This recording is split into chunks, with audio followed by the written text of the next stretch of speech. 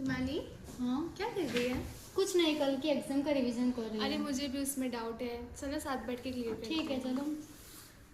तो चलो आज हम यूनिट, इसमें जो हमारा विषय है उसमें 4 यूनिट है ना? हाँ, 4 यूनिट है। एक एक करके सभी यूनिट को हम जानते हैं आज। ठीक है। जो पहला यूनिट का नाम है सहकारी जीवन की सैद्धांतिक आधारशिला और विकास। अच्छा, इस यूनिट में किस विषय पर बात की गई है? उसके उद्देश्य को पहले पढ़ते हैं।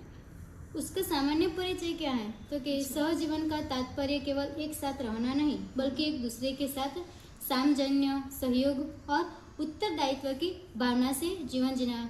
इसमें ऐसा कहा है कि मैं नहीं बल्कि हम। ओके, मतलब वसुधैव कुटुंबकम की भावना हाँ, रखी है। वसुधैव कुटुंबकम की भावना इसमें रखी है।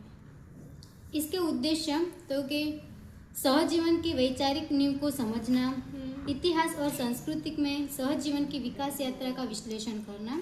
ठीक है, समझ आ गया? हाँ। तीसरा यूनिट हम देखते हैं। हम्म। तो पारस्परिक और सामाजिक संबंधों में भावनात्मक बुद्धिमत्ता का व्यवहारिक प्रयोग। ये तुझे पता है? इसमें थोड़ा थोड़ा पता है। ठीक है, हम इसमें बात देखते की हैं गई है, इसमें। मैं तुझे बताऊं इसमें क्या बात है। हाँ। देख, इसमें बात की गई है EQ की, जो हाँ। इसका नाम है इमोशनल कंटेंट। मतलब ये हमें भाव से जोड़ता है, जो हम सोचते हैं, जो हम तात्पर्य करते हैं कि समाज में कैसे रहना है, लोगों को कैसे साथ लेके चलना है, वो सब की भावना और जो भी आगे का समस्या है वो सब ये बताती है। अब तो थोड़ा सा इसका परिचय दे तो देना। इसकी परिभाषा क्या है? कोई हमें पूछे कि ये दूसरा यूनिट की परिभाषा क्या है, तो हम वो देखते हैं कि अपनी और दूसरों की भावनाओं की समझ, नियंत्रण और संवेदनशील प्रक्रिया की क्षमता, जिससे पारस्परिक संबंधों में सामंजस्य एवं सफलता प्राप्त होती है। अच्छा। इसमें ये दिए हुए हैं आत्मचेतन, प्रेरणा, सहानुभूति, सामाजिक कौशल, आत्मनियंत्रण। पता चल गया तुझे? हाँ, पता चल गया। अब 2 बचे वो यूनिट, वो मैं समझाऊं। हाँ, वो 2 तुम समझा दो। देखो, तीसरा यूनिट है वो हमारा सहकारी नेतृत्व के दार्शनिक और क्रियाक्रम आयाम। चलो अब इसके बारे में समझते हैं। ठीक है, देखो तीसरे यूनिट में जैसे हम लोग ने बताया कि ये यूनिट है, तो ये सामान्य परिचय की बात करें तो नेतृत्व केवल सत्ता या नियंत्रण का नाम नहीं है, बल्कि यह सेवा, सहयोग और साझा उत्तरदायित्व की भावना से संचालित एक जीवन दृष्टि है। मतलब ये कहना चाहता है कि समाज में जो लोग निरोग हैं, ठीक है, जो दूसरे की समस्या को नहीं समझ पा रहे हैं, तो वो कैसे समझेंगे, नेतृत्व कैसे बढ़ेगा, वो सब ये यूनिट 3 में बताता है। अच्छा। अब उसके उद्देश्य समझें तो सहजी नेतृत्व के सिद्धांतों को समझना कि वास्तव में जो हम कर रहे हैं वो कोऑपरेटिव लाइन में है या नहीं।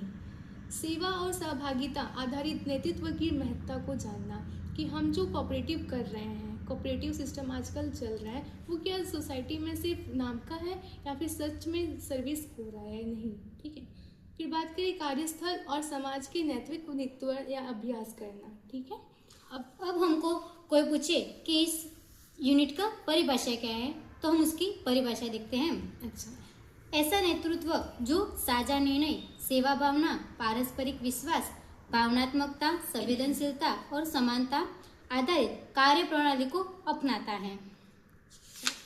अब यूनिट 4 देखते हैं। 4 का नाम है सतत और सहयोगात्मक जीवन प्रबंध के लिए एकीकृत रणनीतियाँ। अलग अलग सुविधा और अलग अलग समस्याओं से बताई गई है। तो चलो इसको देखते हैं। ठीक है। इसकी विशेषताएं क्या है देखते हैं। परिचय से बात करें तो जीवन व्यवस्थापन एक सतत प्रक्रिया है जो दिन भर हमें चलती रहती है, हमारी रोज कार्य दिनचर्या में भी होती रहती है। हाँ। जिसमें व्यक्ति अपनी आवश्यकताओं, जरूरतों, संबंधों, लक्ष्य और संसाधनों को संतुलन में रखकर विकसित होता है। आज के युवा को देखा जाए ना तो समाज में बस एक वही चीज़ रह गई है कि हमें तो सब कुछ मिला है, पर्याप्त है, उसमें वो आनंद करते हैं, लेकिन ऐसा नहीं है। आजकल कोई सीखने के लिए प्रेरित होता ही नहीं है। अच्छा। जो वास्तव में सबसे बड़ी यहाँ पे भूमिका रखी गई है समस्याओं की। तो चलो आगे देखते हैं। उसकी परिभाषा देखते हैं अब यूनिट 4 की। ओके, व्यक्तिगत, सामाजिक और व्यावसायिक जीवन में समय, संसाधन, संबंधों, भावनाओं और मूल्यों का संतुलन पूर्वक संचालन, एकीकृत रणनीतियाँ, ऐसी कार्य योजनाओं जो विविध क्षेत्रों जैसे मानसिक, शारीरिक, सामाजिक, आर्थिक, पर्यावरणीय आदि को एक सूत्र में बांधकर कार्यशील बनती है। उसके उद्देश्य क्या है इस यूनिट के? चलो ना देखते हैं। ठीक है। मुझे आइडिया नहीं है, चलते हैं। जीवन प्रबंध की अवधारणाओं और मूल्यों को समझना कि जीवन लाइफ मैनेजमेंट कैसे होनी चाहिए, हाँ। टाइम के हिसाब से होती है कि नहीं। विभिन्न क्षेत्रों में संतुलन साधने की रणनीतियाँ विकसित करना। दूसरा है सहकार, समावेशिता और सहभागिता को बढ़ाना। इसका मतलब है हम कोई कार्य करें तो सबको साथ लेकर करें, नहीं कि अकेले।